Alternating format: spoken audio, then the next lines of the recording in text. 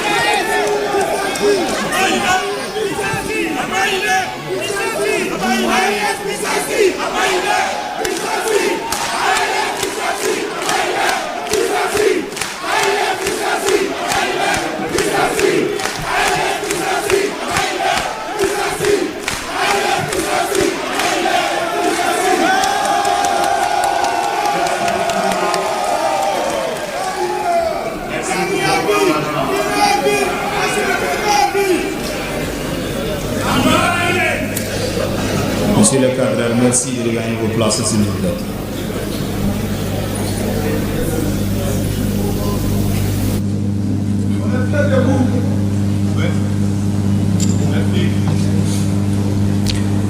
Excellence, Monsieur le Président de la Confédération des États du Sahel, avec votre permission, nous allons commencer cette cérémonie. Merci. Excellence, le général d'armée Assimi Goïta, président de la transition, chef de l'État de la République du Mali, président de la Confédération des États du Sahel, Excellence, le capitaine Ibrahim Traoré, président du Faso, chef de l'État, Excellence, le général d'armée Abdraman Tchani, président de la République du Niger, Monsieur le Premier ministre, chef du gouvernement du Mali, honorable président du Conseil national de transition du Mali, Monsieur le Président des institutions de la République, Mesdames et Messieurs les ministres, Mesdames et Messieurs les membres du Conseil national de transition, Mesdames et Messieurs les ambassadeurs accrédités au Mali, Mesdames et Messieurs les délégations officielles du Burkina Faso et du Niger, respectables autorités coutumières et religieuses, Mesdames et Messieurs les invités spéciaux, personnalités civiles et militaires, dignes peuples de l'AES, vous qui nous suivez à travers le RTM, la RTB et la RTN, bonjour. Nous vous saluons également dans les différentes langues parlées au Burkina Faso, au Mali et au Niger, tout en vous souhaitant la bienvenue à l'ouverture de cette deuxième session du Collège des chefs d'État de la Confédération des États du Sahel. Je m'appelle Fousseini Tounkara, chargé de mission à la cellule de communication de la présidence de la République du Mali. Monsieur le Président de la Confédération AES, Mesdames et Messieurs, estimés peuple du Sahel, une fois de plus, les sceptiques se sont trompés. Ceux qui doutaient ont été contredits. L'AES vit. Elle est debout, forte et résiliente malgré les péripéties.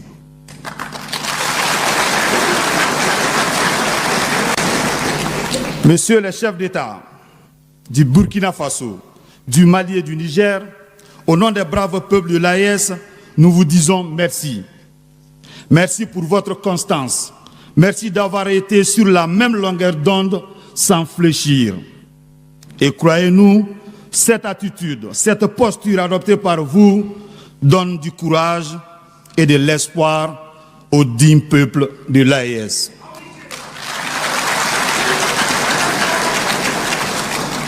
Estimé peuple de l'AES, mesdames et messieurs, après le premier rendez-vous inédit de Niamey le 6 juillet 2024, qui a marqué la naissance d'un nouvel élan de coopération, de souveraineté et de solidarité entre nos nations, nous nous retrouvons aujourd'hui ici à Bamako, dans cette autre capitale du Niger. Oui, dans cette autre capitale du Burkina Faso, pour poursuivre la dynamique, approfondir les engagements et tracer ensemble les voies complémentaires d'un avenir stable et prospère aux grandes dames des peuples fiers de l'AES. Ces Excellences, Mesdames et Messieurs, la présente cérémonie d'ouverture se déroulera en 4 grandes séquences. La première séquence est consacrée à un intermède musical et la projection d'une vidéo de 5 minutes sur les acquis de l'AES en une année d'existence. La deuxième séquence est dédiée à la série d'interventions des chefs d'État de la Confédération AES selon l'ordre protocolaire ci-après. Son Excellence le capitaine Ibrahim Traoré, président du Faso en premier. Son Excellence le général Abdraman Tchani, président de la République du Niger, suivra. Et enfin, les discours d'ouverture par son Excellence le général d'armée Assimi Goïta, président de la transition, chef de l'État de la République du Mali, président de la Confédération des États du Sahel. Mesdames et Messieurs, estimés peuple de l'AES, pour commencer cette rencontre en beauté, nous sommes avec l'ensemble instrumental du Mali, un groupe de musique traditionnelle et de chorale créé, tenez-vous bien, au lendemain des indépendances, bien sûr, de l'indépendance du Mali en 1961. Dunambao ou les invités de marque, c'est le titre interprété en 2 minutes. Merci.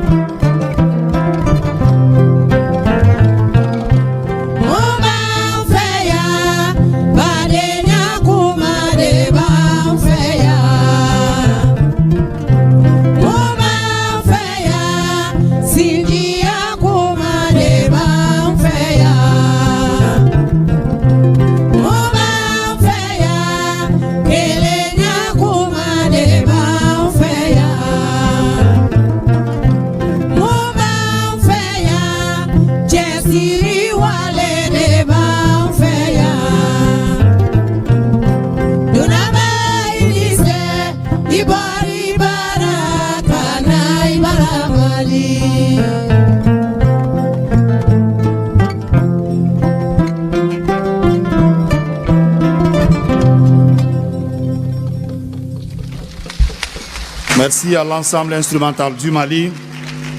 La Confédération des États du Sahel AES repose sur 3 piliers fondamentaux: la défense et la sécurité, la diplomatie et le développement. Après une année de parcours, la présidence malienne de l'AES a été marquée par de nombreuses réalisations et des actions concrètes. Je vous invite à suivre en images quelques actions concrètes.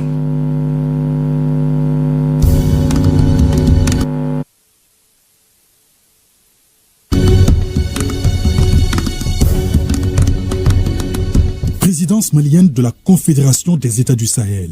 Un travail d'Hercule du général d'armée Assimi Goïta et de ses pairs pour démarrer la grosse machine AES. Tout commence à Niamey le 6 juillet 2024, à l'issue de la première session ordinaire du Collège des chefs d'État. La toute première présidence de la Confédération est confiée au Mali. Pas de temps à perdre face aux multiples défis, place aux actions concrètes. Je sais qu'avec mes frères, les présidents Tchani et Traoré, nous ne dirons bientôt plus les populations respectives de nos pays, mais plutôt nos populations AES.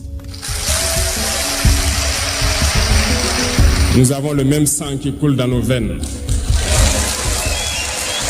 Dans nos veines coule le sang de ces vaillants guerriers qui ont combattu et qui ont réservé ces terres que nous appelons Mali, Burkina et Niger. Le sommet objet de notre retrouvaille aujourd'hui est l'aboutissement de notre farouche volonté commune de reconquête de notre souveraineté nationale et de réhabilitation de notre dignité légendaire. Alors, que retenir du bilan de la présidence Goïta à la tête de l'AES? Son premier travail a consisté à l'adoption par le collège de la feuille de route de l'an 1 de la Confédération AES. C'est pour assurer une meilleure coordination des actions et le bon fonctionnement de la Confédération. Sur le plan de la symbolique, un logo officiel et une devise sont adoptés.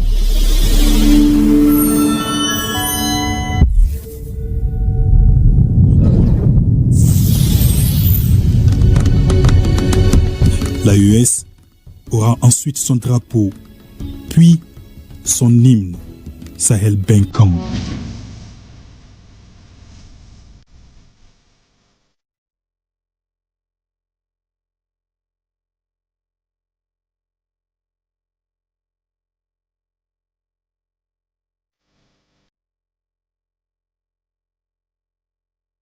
Pour la libre circulation des personnes et des biens, l'AES a lancé en début d'année son passeport biométrique commun. Quelques mois après, suivra la carte d'identité biométrique commune. Parallèlement, le président de la Confédération s'attaque aux trois principaux piliers de l'AES: la défense et la sécurité, la diplomatie et le développement. Sur le volet sécuritaire, la force unifiée de l'AES, forte de 5000 hommes, est aujourd'hui une réalité. Les trois pays œuvrent ensemble à travers des opérations conjointes pour combattre le terrorisme et renforcer la sécurité régionale. Cela avec des capacités aériennes de renseignement et des équipements partagés, concrétisant une alliance militaire stratégique face aux menaces dans le Sahel dans un contexte géopolitique particulièrement complexe. Sur le théâtre, les succès opérationnels sont sans appel.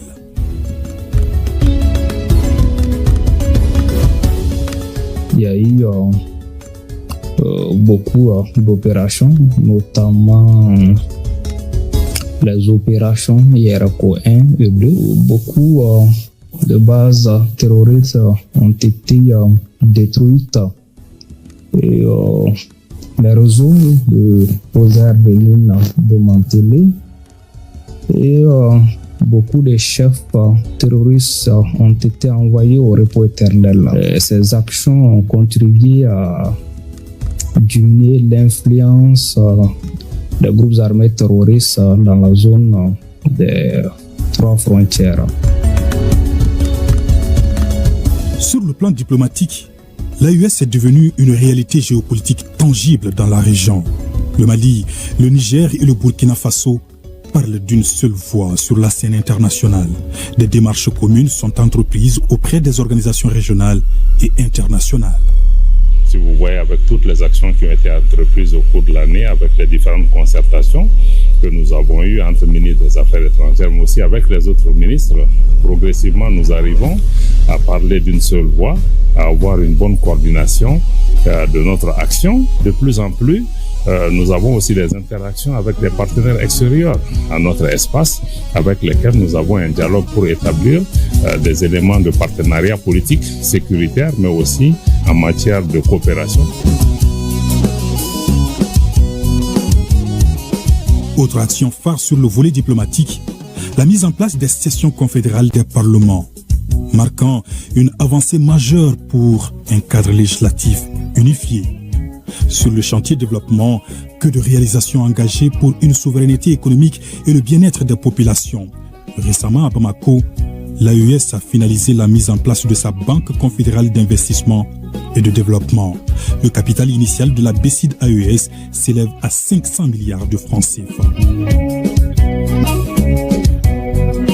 C'est un grand pas qui est franchi à partir de cette banque, qui va être le fer de lance, qui va permettre de financer tous les gros investissements structurants, permettre donc au secteur privé de nos 3 États d'avoir en tout cas le meilleur espace physique, en plus de l'amélioration du climat des affaires, pour développer les synergies, développer en tout cas les activités pour que nous ayons des champions, nous ayons des multinationales qui pourront même exporter leur expérience au-delà de notre espace.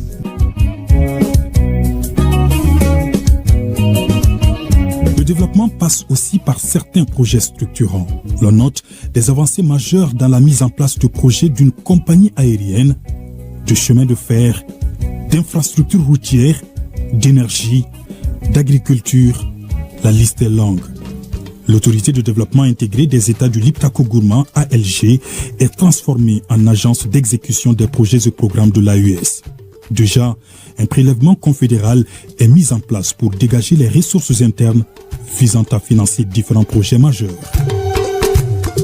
Dans un contexte de guerre informationnelle et de cabale médiatique, l'AES décide de lancer son groupe de médias pour déconstruire les narratifs impérialistes et promouvoir la vision commune de la Confédération. Bientôt, la radio Dandé Liptako, la voix du Liptako, émettra depuis Ouagadougou. La télévision AES, à partir de la capitale malienne, et très prochainement, l'agence de presse à Niamey. La dynamique AES sous la présidence malienne, que d'événements et d'activités menées ensemble dans les 3 pays, avec de fortes mobilisations autour de la culture, des sports et de la jeunesse, de l'entrepreneuriat, de la promotion de la femme, de la justice et des droits de l'homme, de l'éducation et de la santé. Des initiatives communes, un seul objectif face aux défis, le bonheur des populations de l'AES. Un espace, un peuple, un destin.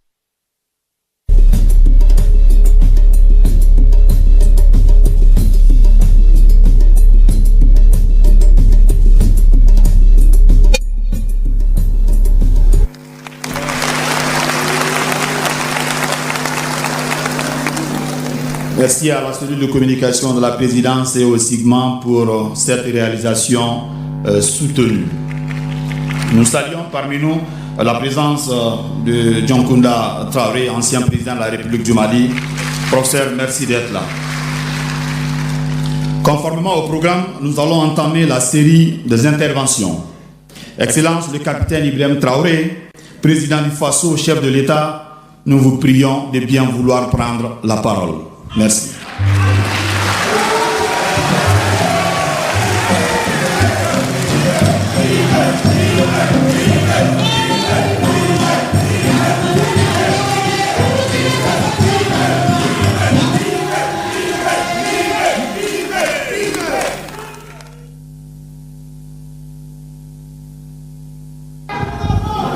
Allez. Merci beaucoup à tous. Et bonjour, chers frères et sœurs. Bonjour, chers parents. D'entame donc de propos, je souhaiterais donc m'excuser auprès de la population sahélienne qui nous a attendus hier. Et Dieu a voulu que ce soit aujourd'hui que nous soyons là. Nous nous rendons grâce pour tous les bienfaits et ce jour si merveilleux qu'on se retrouve ici à Bamako pour la 2e session du Collège des chefs d'État de la Confédération AES.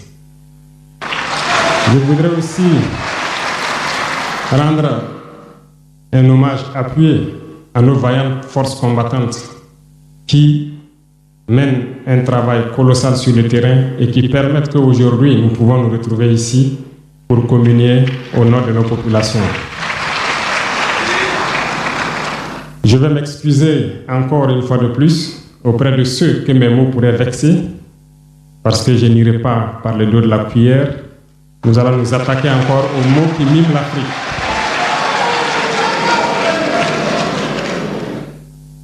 Vous avez certainement tous déjà entendu parler du printemps arabe.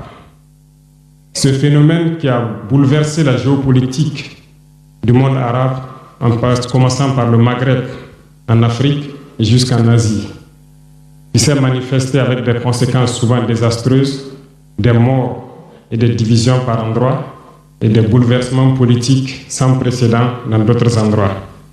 Et je pense que tous les Africains devraient comprendre qu'est-ce que c'est que ce phénomène, d'où il vient, et qu'est-ce qu'il faut faire pour se prémunir d'un tel phénomène. Malheureusement, nous sommes au regret de constater que certains Africains ne se réveillent pas. Et ce que je vais dire n'est que ma pensée à moi, mon analyse, c'est qu'il y a quelque chose qui vient sur l'Afrique de l'Ouest, que j'ai appelé l'hiver noir. L'hiver noir arrive. Il sera un hiver très froid, un hiver sanglant, un hiver meurtrier. Vous allez me poser des questions, pourquoi? Eh bien, en fondant la Confédération de l'AES, nous avons senti ce froid venir. Et tous les jours que Dieu fait, nous nous évertuons à trouver des troncs d'arbres pour allumer un feu qui va réchauffer le cœur des Africains, un feu qui va réchauffer les mentalités et le sang des Africains pour nous unir autour. Nous nous sommes évertués également à faire la chasse aux loups pour essayer d'utiliser leur peau pour faire des manteaux pour nous protéger du froid de l'hiver. Nous nous sommes évertués à construire des montagnes, de grandes montagnes pour briser le vent de l'hiver qui devrait s'abattre sur nos communautés. Malheureusement, force est de constater que certains Noirs sont là tous les jours à arroser nos troncs d'arbres d'eau fraîche pour qu'ils ne puissent pas brûler. Ils se transforment en loups ou font en sorte que nous, chasseurs de loups, nous ne puissions pas surprendre le loup. Lorsque nous voulons construire nos montagnes, ils brisent les cailloux pour que nous ne puissions pas arriver. Pourtant, l'hiver arrive. Et quand l'hiver viendra, devrions-nous permettre à ceux-là qui combattent de venir se protéger avec nos manteaux qu'on a confectionnés, avec les montagnes qu'on a construites pour nous protéger des vents, ou encore se réchauffer avec nous autour du feu. Telle est la question qu'il faut qu'on se pose. Qu'adviendra-t-il donc du panafricanisme quand l'hiver viendra? L'hiver viendra parce que la guerre se transporte en Afrique de l'Ouest. Les impérialistes font tout pour mettre l'Afrique de l'Ouest à feu et à sang. Mais du sommet de l'État jusqu'à certaines populations, soit nous faisons semblant de ne pas voir venir le danger, ou bien nous sommes nous-mêmes complices de ce qui va arriver. Le chaos pourrait s'installer. Je dis bien pourrait s'installer. Beaucoup de gens pourraient mourir. Nous allons nous entretuer de manière tellement atroce que pendant ce temps, ils seraient là à piller nos richesses, à imposer leur volonté.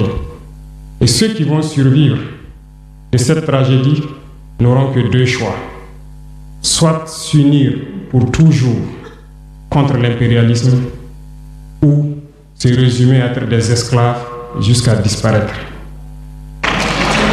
Il faut donc se prémunir de l'hiver noir qui vient. Nous ne pouvons pas comprendre que les Noirs en Afrique de l'Ouest ici prient Dieu que les terroristes tuent des populations noires. Nous ne pouvons pas comprendre que des chefs d'État lâches se cachent derrière des médias, soi-disant médias, pour décourager, insulter, activer la haine entre les populations. Ces individus qui sont sur leur plateau, qui tous les jours du matin au soir crachent leur venin toxique pour attiser la haine entre les communautés, ils sont généralement très vilains. Avec leur gueule de musaraigne, ils ne savent que faire cela. Regardez-les bien. Ils sont là avec des yeux de drosophiles sauvages. Tous les jours, c'est cracher du venin. Ils cherchent à diviser les communautés. Sur les réseaux sociaux, ils sont là et ils sont nombreux. Pourquoi est-ce que nous, Noirs, cherchons à cultiver la haine entre nous? Et par hypocrisie, on se dit frère. Il faut que nous puissions nous dire la vérité de manière très crue, quitte à ce que ça vexe, on va s'excuser, mais il faut que nous nous réveillons. Pourquoi est-ce que le noir est comme ça? Pourquoi est-ce que nous ne pouvons pas voir le danger venir, nous unir et nous prémunir? Pourquoi est-ce qu'il faut que par nos comportements, nous allions affronter ces dangers qui risquent de nous décimer? Mais d'autres ont fermé les oreilles. Ils font semblant de ne pas entendre la politique de l'Autriche. Des peuples se complaisent dans la colonisation. Ils aiment cette domination. À peine s'ils n'appellent pas les impérialistes, venez nous coloniser. Nous aimons être vos esclaves. Nous nous posons souvent des questions lorsqu'on voit les réactions. Ces pseudo-intellectuels décérébrés qui sont là à longueur de journée à entamer des débats en toute indignité, en toute malhonnêteté, comme s'ils ne voient pas la réalité des exemples qui se présentent à nous. Il y a plein d'exemples. Lorsque la démocratie fait certaines choses contraires aux règles même qu'elle s'est fixées, ils ferment les yeux là-dessus. Mais ils sont prompts à nous appeler juntes ou putschistes. Mais soyez sûrs d'une chose, nous sommes unis et nous resterons unis. Et nous devons ouvrir les yeux. L'AES va évoluer. Tout n'est pas forcément rose. Tout ne peut pas aller au rythme que nous souhaitons. Mais nous avançons sereinement et nous allons arriver à notre objectif. Et quand viendra l'hiver, si il faille que nous passions par l'hiver pour être libres, pour être unis, nous prions Dieu qu'il en soit ainsi et qu'il protège nos populations. Sinon, une chose est sûre, l'AES vaincra, l'AES grandira. Restez sereins parce que nous avons confiance en nos populations. Nous avons confiance en vous, que vous comprenez qu'aucune manipulation ne peut aujourd'hui nous diviser entre nous. Aucune manipulation ne peut nous amener à haïr d'autres personnes. Aucune manipulation ne doit nous amener à riposter d'une manière violente, physique, face à ces individus qui n'ont absolument rien compris. Restez sereins, ne ripostez pas physiquement, nous riposterons par la communication jusqu'à ce qu'ils changent eux-mêmes de mode d'action et nous allons aussi riposter en fonction du mode d'action. Restez sereins, Dieu protégera l'AES. Dieu vous protège tous, toutes les populations de l'AES. Dieu vous accompagne tous dans vos objectifs. Et Dieu, qui est si juste, se bat pour ceux qui se battent. Nous nous battons. Nous sommes une population résiliente, la plus résiliente de la sous-région. Personne n'aurait cru que vous pouvez supporter ce que vous êtes en train de vivre. Nous allons vaincre le terrorisme, nous allons nous développer et nous allons nous affirmer. Nous allons avoir notre place dans le concert du monde. Que Dieu bénisse l'AES, que Dieu bénisse notre population résiliente et résistante. Que Dieu nous unisse davantage, la patrie ou la mort.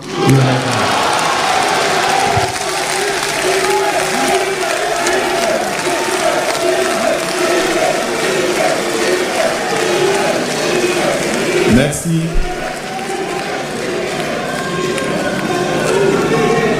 Merci. Excellence, merci pour cette prise de parole. Vous nous avez rappelé que l'avenir du Sahel se construit par des fils et des filles conscients de leurs responsabilités envers la patrie. Recevez toute notre gratitude. Après l'intervention de son Excellence le Président du Faso, il nous revient maintenant d'écouter une autre voix majeure de l'AES.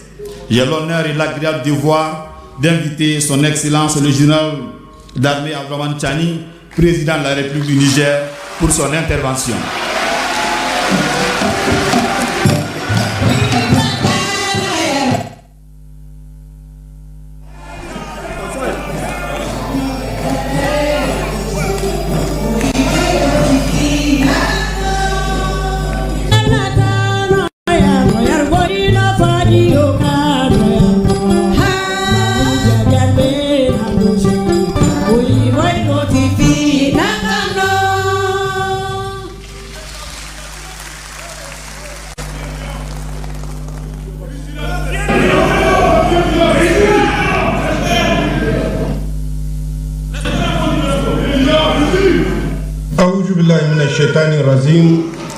Bismillahirrahmanirrahim. Excellence, Capitaine Ibrahim Traoré, Président du Faso, chef de l'État, chers frères. Excellence, Général d'armée Assimi Goïta, Président de la Transition, chef d'État de la République du Mali, Président de la Confédération des États du Sahel, chers frères. Monsieur le Premier ministre du Mali, Excellence, Monsieur l'ancien Président de la République du Mali, Monsieur le Président du Conseil national de la transition du Mali,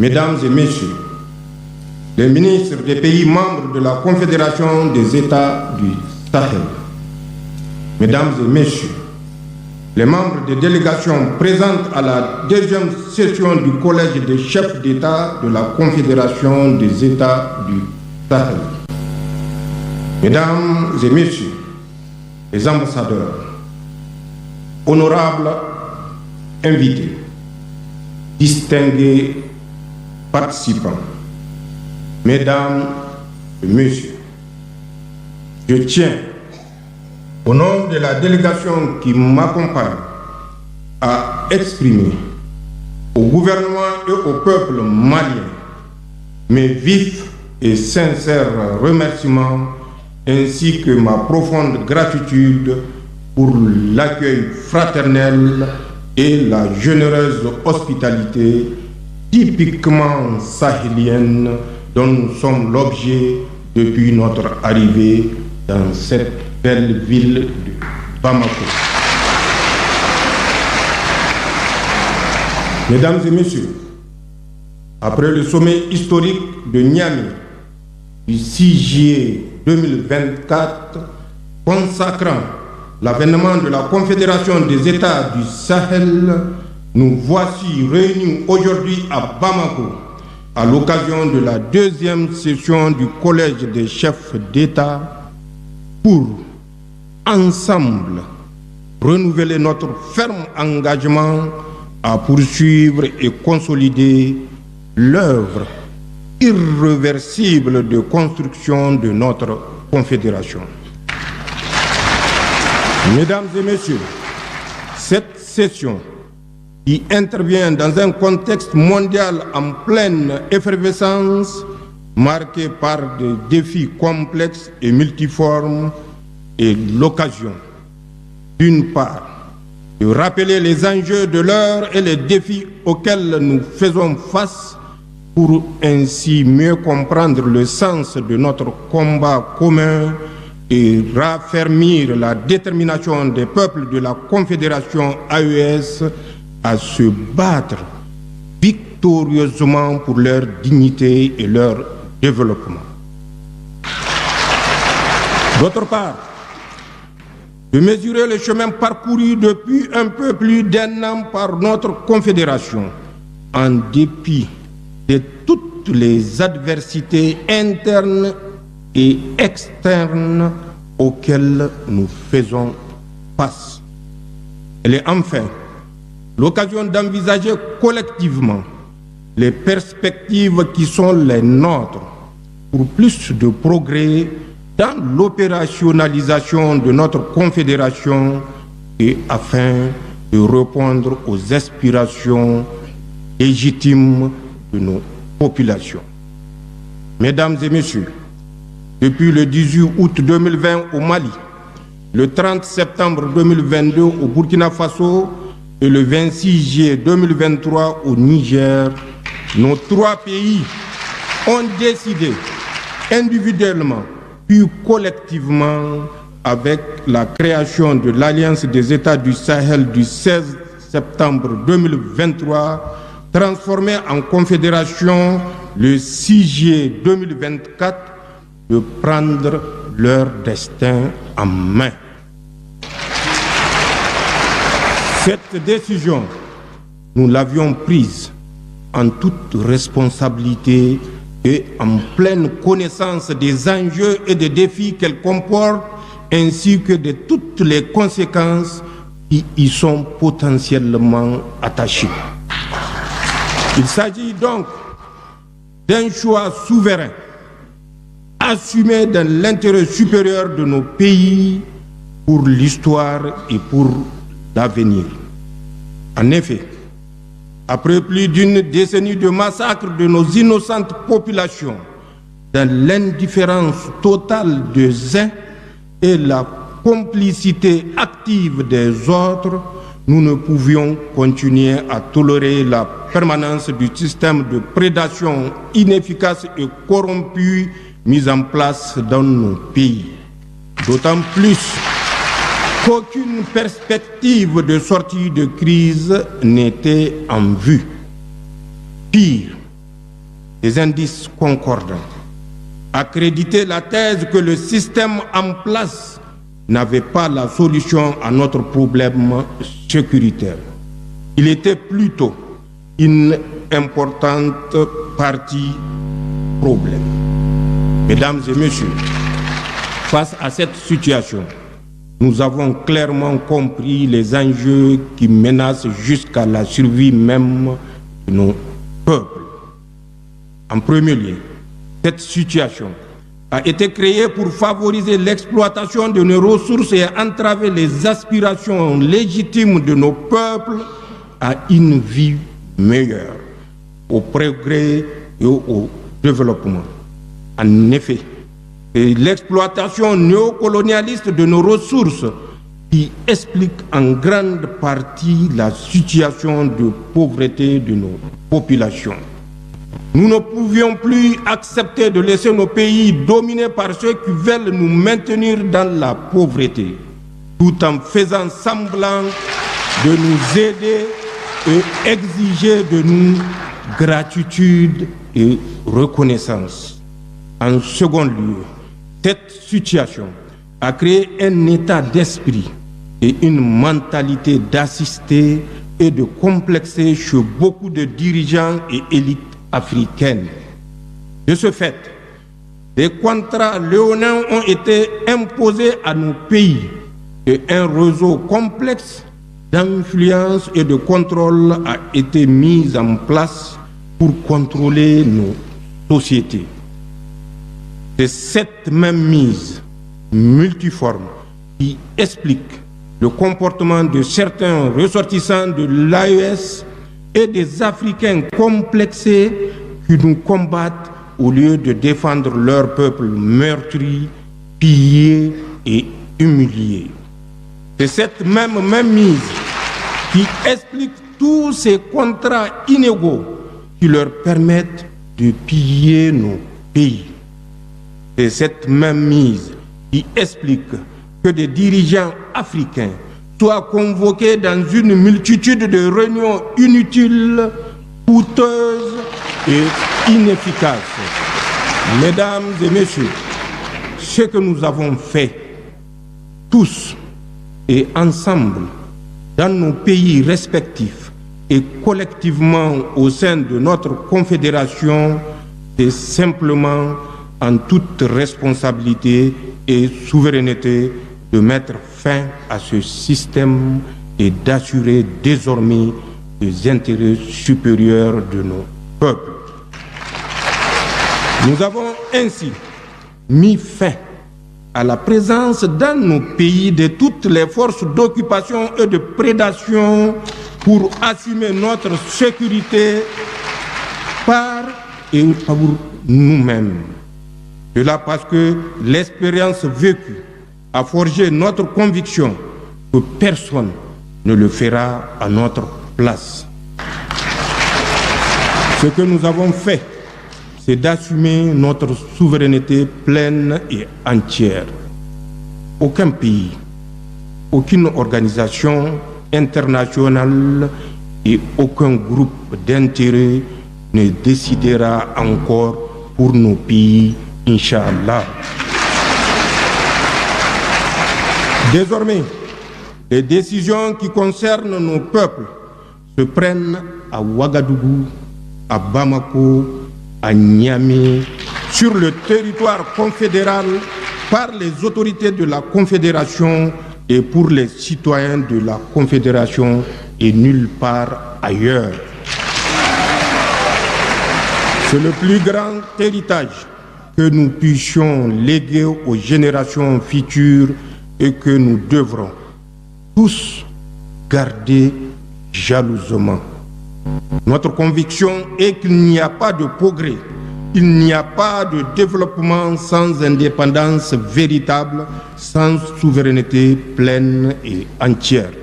Il n'y a pas de précédent historique d'un pays sous domination qui a réussi à se développer.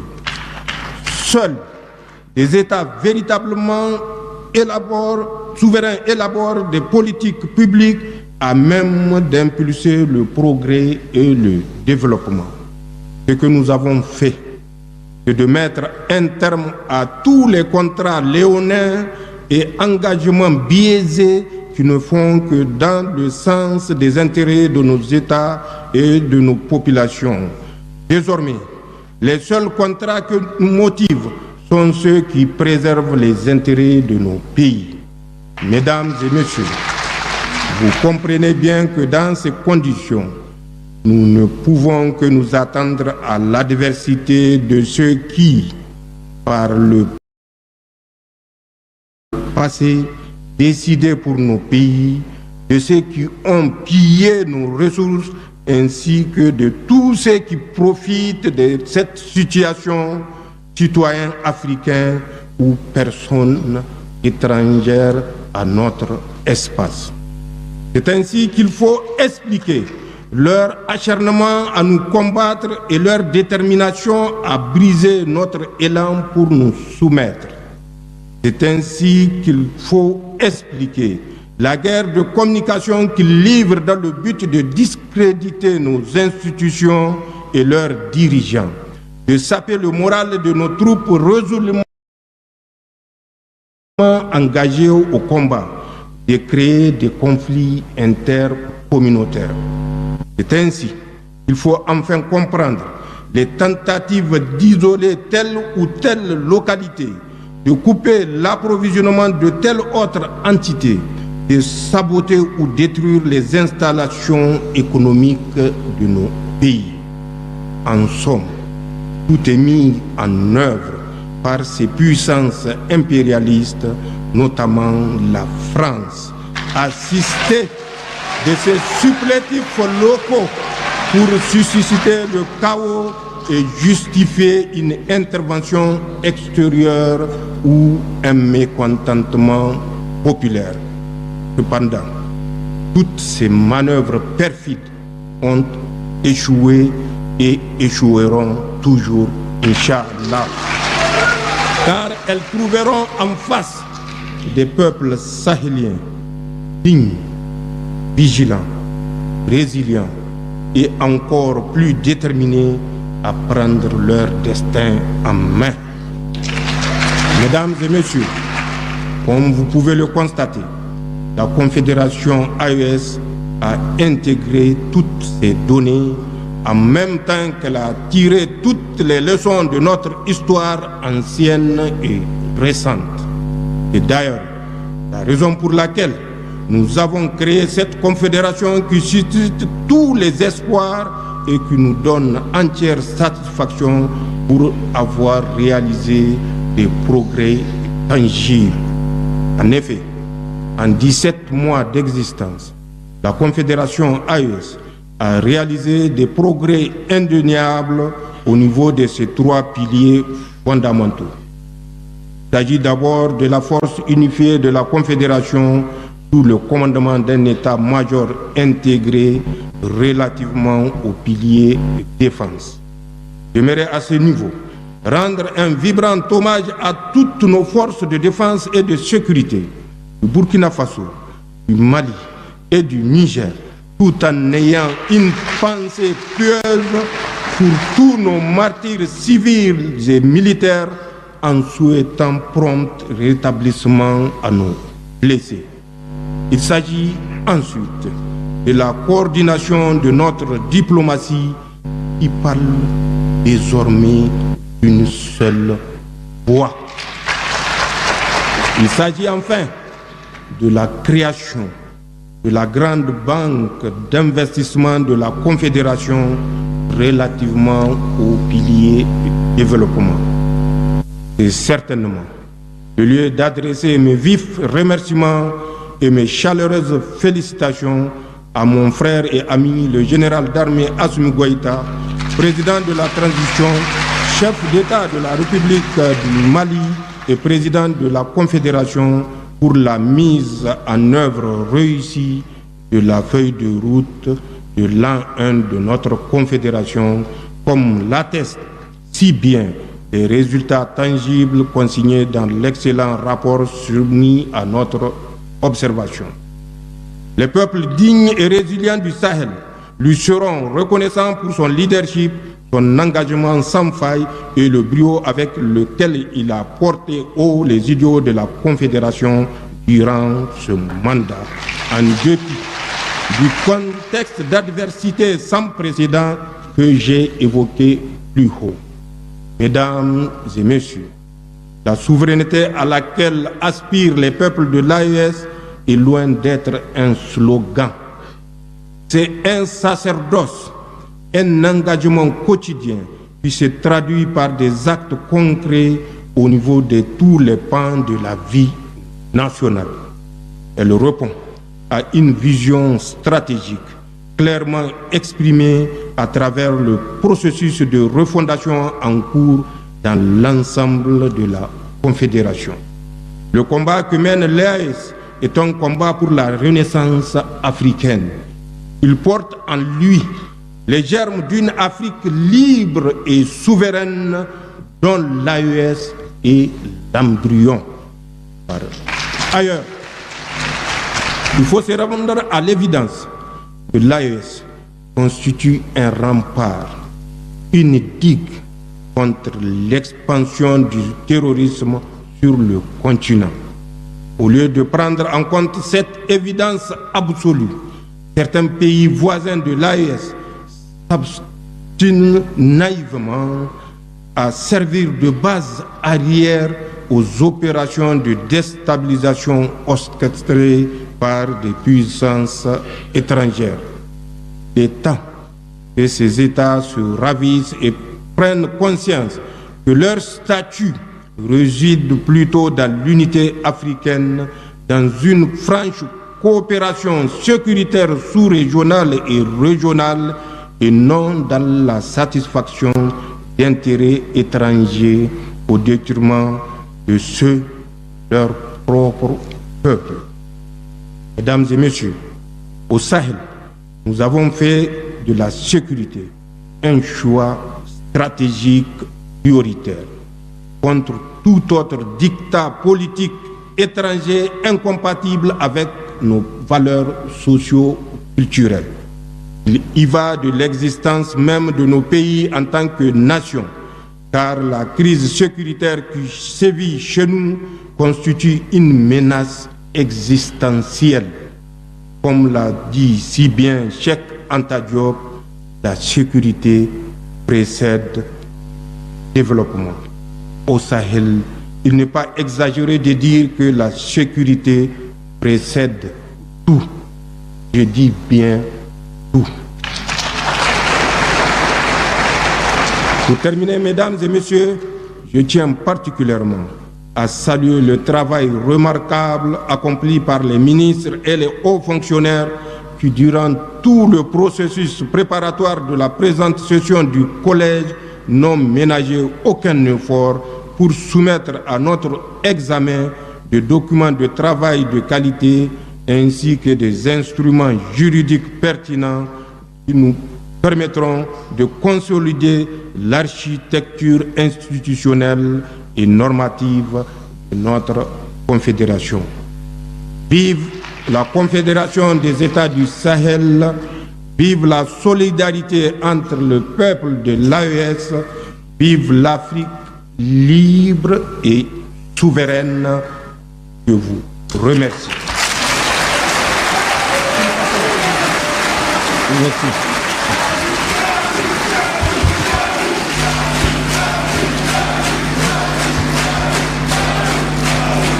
Merci. Nos remerciements également au président Tchani. Excellence, à travers votre intervention, nous avons compris que l'heure n'est plus à l'attente, mais plutôt à l'engagement collectif pour un Sahel maître de son destin. Merci infiniment. À présent, nous allons observer une pause musicale. Pour nous rafraîchir la mémoire, nous allons retrouver l'ensemble instrumental du Mali qui va nous interpréter le titre AES en 2 minutes.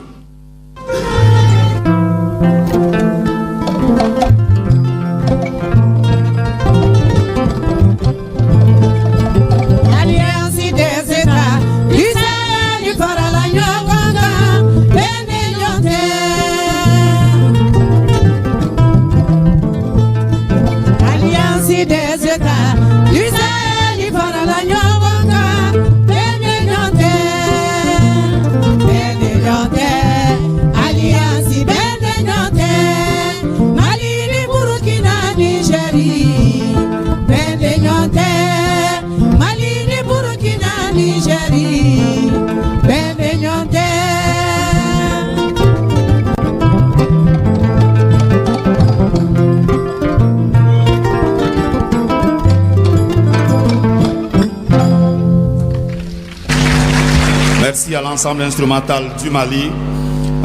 Une précision du protocole de la République. Après le discours d'ouverture, tout le monde reste sur place pour le départ des chefs d'État. Les ministres qui sont concernés par le huis clos vont emprunter un bus juste à la porte.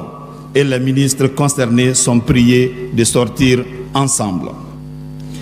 Ces excellences, mesdames et messieurs, estimés peuple de l'AES, pour l'ouverture solennelle de cette 2e session du Collège des chefs d'État de la Confédération des États du Sahel, j'ai l'insigne honneur d'inviter son Excellence le général d'armée Assimi Goïta, président de la transition, chef de l'État de la République du Mali.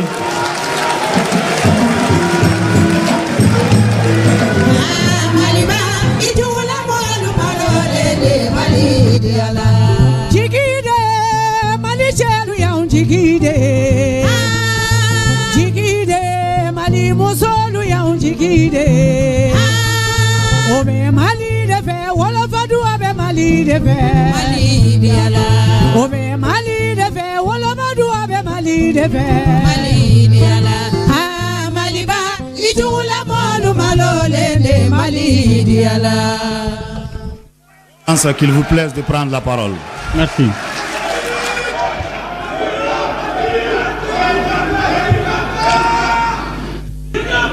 Excellence, Monsieur le Président du Faso, chef de l'État. Excellence, Monsieur le Président de la République du Niger, chef de l'État.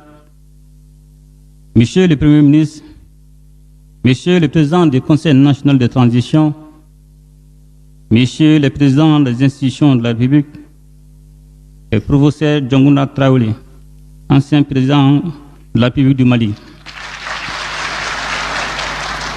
Mesdames et Messieurs les ministres, Mesdames et Messieurs les ambassadeurs, distingués invités, Mesdames et Messieurs, je voudrais avant tout propos souhaiter la chaleureuse bienvenue chez vous, au Mali, terre de la Djatigia, à mes frères, les excellences, le capitaine Ibrahim Traoré, président du Faso, chef de l'État, le général d'armée Abdourahmane Tchani, président de la République du Niger, chef de l'État, ainsi qu'à tous les membres de vos délégations respectives. Au Bismillah. Le peuple malien est particulièrement honoré de vous recevoir une fois encore à Bamako, à l'occasion de la deuxième session du Collège des chefs d'État de la Confédération des États du Sahel, AES. Permettez-moi de rappeler le contexte qui a présidé à la création de notre confédération en 2023. Le pays frère du Niger faisait face à une menace existentielle provenant, hélas, de certaines initiatives portées par des pays africains. Conscient du danger qu'une telle démarche faisait peser sur l'ensemble du Sahel et convaincu que seule l'union permettrait de surmonter nos épreuves, nous avons décidé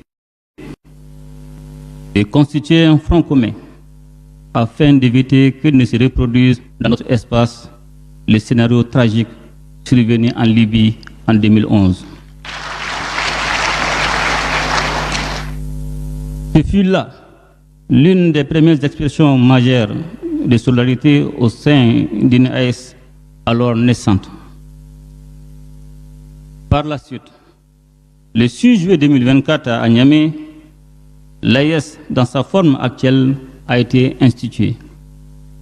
Elle est née d'une prise de conscience partagée, celle de la nécessité d'une réponse commune face aux menaces sécuritaires, politiques et économiques qui affectent la stabilité de notre espace confédéral, notamment les groupes armés terroristes, les banditismes transfrontaliers, ainsi que les diverses formes d'ingérence extérieure. Depuis lors, la Confédération AES a su poser les fondations d'une coopération renforcée et intégrée entre ses États membres. Durant cette première année d'existence, au cours de laquelle il y a eu l'insigne honneur d'assurer la présidence inaugurale, notre Confédération a affirmé sa détermination à prendre en main son destin avec pour boussole l'intérêt exclusif et le bien-être de nos populations.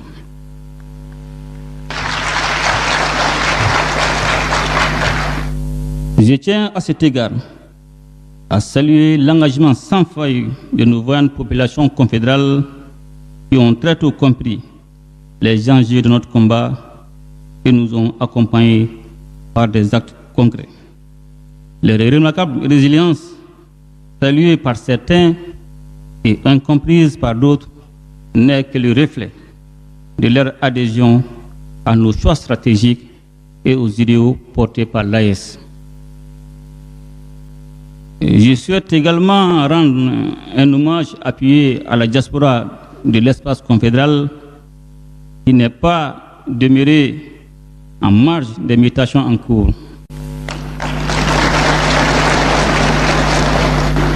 Elle s'est mobilisée par des actions de sensibilisation, de contribution et de soutien autour des objectifs de notre confédération. J'ai saisi enfin cette occasion pour exprimer ma profonde gratitude à mes frères, leurs excellences, les présidents Traoré Tchani, pour leur solidarité agissante à l'égard de la population malienne qui, depuis l'annonce de la tenue de cette deuxième session, subit un terrorisme économique d'une ampleur sans précédent, dont l'objectif est de pousser nos braves populations à la révolte. Malgré cette campagne néfaste, l'AES tient et tiendra face à l'adversité. Il y va de notre survie. Excellences, Messieurs les Présidents, Mesdames et Messieurs et distingués invités, je voudrais à présent faire un bilan des acquis de la Confédération AIS autour de ces trois piliers: défense et sécurité, diplomatie, développement. Sur le plan sécuritaire, la coordination entre les forces armées des États membres est devenue une réalité dès les premiers jours de la création de l'AIS. Des progrès significatifs ont été enregistrés, permettant entre autres un contrôle renforcé des zones frontalières et une amélioration de la sécurité à l'intérieur de nos États, réduisant considérablement la liberté d'action des groupes armés terroristes. Grâce à l'engagement et au professionnalisme de nos forces de défense et de sécurité, plusieurs milliers de terroristes ont été neutralisés, des centaines de sanctuaires détruits et des quantités importantes d'équipements ont été saisis.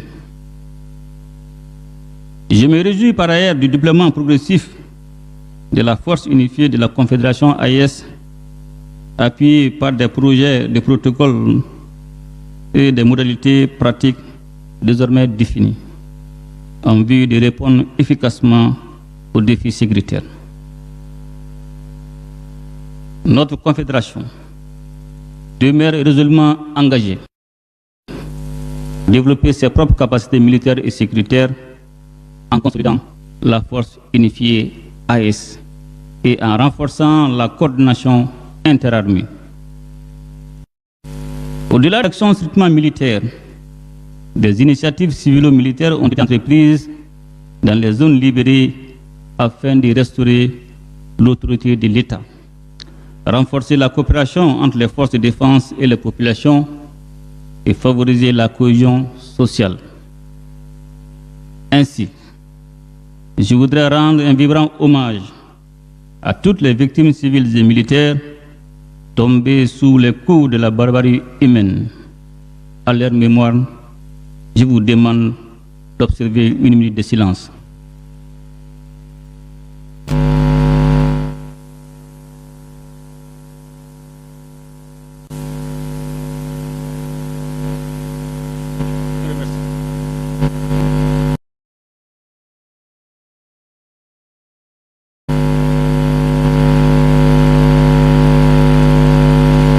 Excellences, Messieurs les Présidents, Mesdames et Messieurs distingués invités,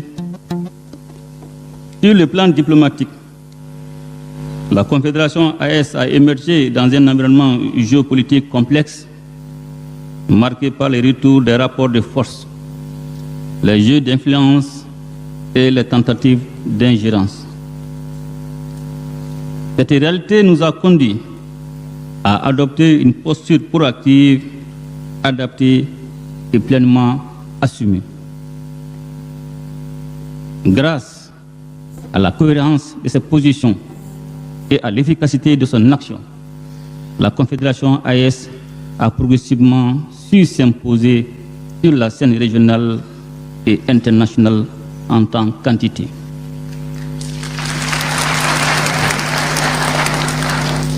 Plusieurs États et organisations internationales comprennent désormais que l'AIS constitue un interlocuteur incontournable dans le Sahel.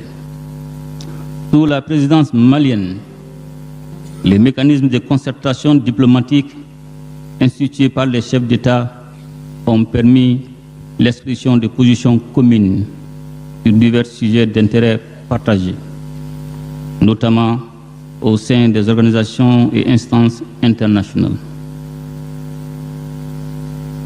La diversification de nos partenariats, y compris avec les puissances émergentes et les organisations internationales, contribuera à renforcer davantage le positionnement géopolitique de l'espace AIS. Je remercie à cet égard les partenaires sincères et fiables qui ont compris l'essence de notre combat et ont fait le choix responsable de nous accompagner. Excellences, Messieurs les Présidents, Mesdames et Messieurs distingués invités, sur le plan du développement, notre espace, trop souvent qualifié de pauvre et sous-développé, dispose en réalité d'immenses potentialités agricoles, minières, industrielles, ainsi que d'une démographie favorable. Notre ambition est de bâtir un développement harmonieux fondé sur l'exploitation souveraine de nos ressources au profit exclusif de nos populations et sur la valorisation de notre patrimoine culturel. À cet effet, des initiatives structurantes ont été engagées, notamment la création de la Banque confédérale pour l'investissement et le développement, dotée d'un capital initial de 500 milliards de francs CFA, ainsi que la mise en place du prélèvement confédéral qui constitue des leviers majeurs de financement de nos projets. La télévision AIS que nous venons d'inaugurer contribuera au renforcement des liens entre nos populations et la lutte contre la désinformation dont notre confédération fait l'objet depuis sa création. Excellences, Monsieur le Président, Mesdames et Messieurs, distingués invités, dans le même esprit, une centrale d'achat des produits de première nécessité est en cours de création afin de mieux prendre en charge les besoins fondamentaux de nos populations. Par ailleurs, afin de faciliter la libre circulation des personnes et des biens dans notre espace, des documents de voyage tels que le passeport AIS, la carte biométrique AIS ont été mis en circulation.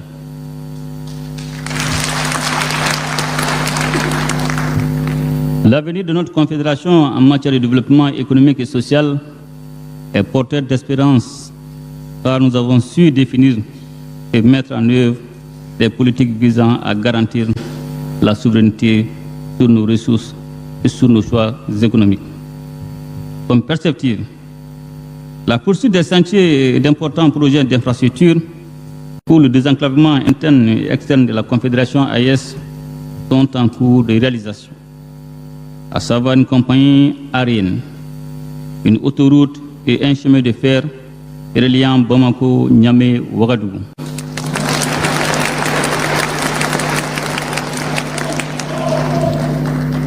Les protocoles additionnels élaborés et relatifs aux piliers défense et sécurité, diplomatie et développement, ainsi qu'aux sessions confédérales des parlements, complètent et renforcent l'architecture institutionnelle de la Confédération AIS, et conformément au traité du 6 juillet 2024 portant création de la Confédération des États du Sahel, AIS. Excellences, Monsieur le Président, Mesdames et Messieurs, distingués invités, je voudrais enfin réitérer mes sincères remerciements à mes frères, leurs Excellences, le capitaine Ibrahim Traoré, président du FASO, chef de l'État, et le général d'armée Abdourahmane Tiani, président de la République du Niger, chef de l'État, pour la confiance placée à ma personne, en me confiant la présidence inaugurale de la Confédération AIS, ainsi que pour leur soutien constant dans l'accomplissement de cette noble mission. Les acquis enregistrés en matière de rétablissement de la paix, de renforcement de la sécurité, de lutte contre le terrorisme et de développement, et de défense des intérêts de l'AIS sur la scène internationale répondent aux aspirations légitimes de nos populations. Avec le soutien de nos peuples unis et solidaires, nous réussirons. Sur ces mots, je déclare ouvert les travaux de la deuxième session du Collège des chefs d'État de la Confédération AIS. Je vous remercie.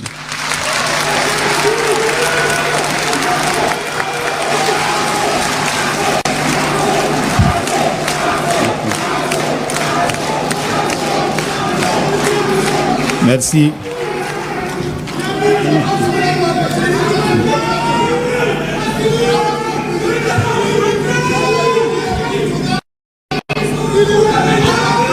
Merci infiniment. Merci à vous.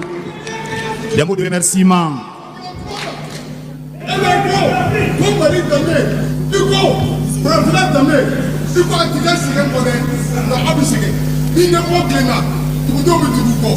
Le pouvoir, c'est la capacité à changer de les événements du monde.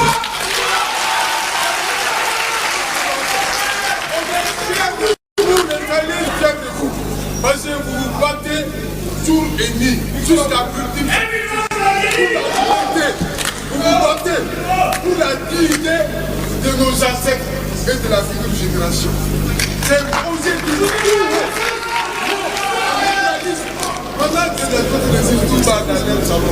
Merci, Soumano. Merci beaucoup. Des mots de remerciement adressés à ses homologues du Burkina Faso et du Niger, le salut particulier aux partenaires sincères de la Confédération AES, le rappel du bien fondé de la création de l'AES, le renouvellement avec fermeté de son engagement en faveur d'un Sahel uni, souverain et prospère, la mise en évidence des prouesses engagées au cours de sa présidence à la tête de la Confédération, la minute de silence en hommage à ceux qui sont bien sûr arrivés au sacrifice ultime pour la patrie. Ce sont ces quelques points que nous retenons du discours d'ouverture de cette deuxième session. Excellence, Monsieur le Président de la Transition, chef de l'État de la République du Mali, président de la Confédération AES, nous vous demandons très respectueusement de lever la séance. La séance est levée. Merci de suivre les directives du protocole pour le retrait.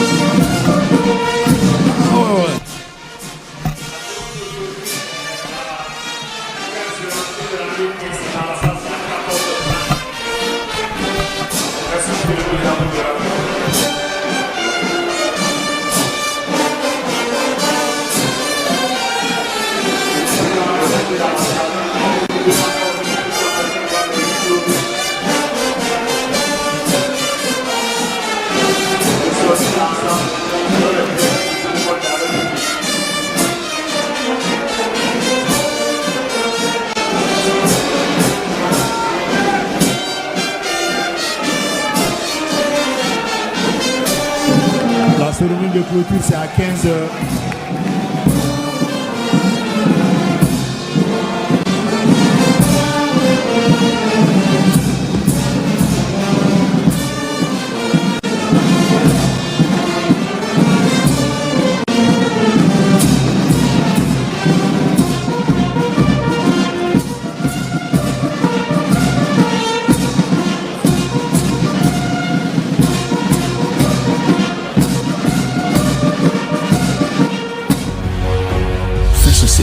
Une autre facette de l'information au Burkina Faso.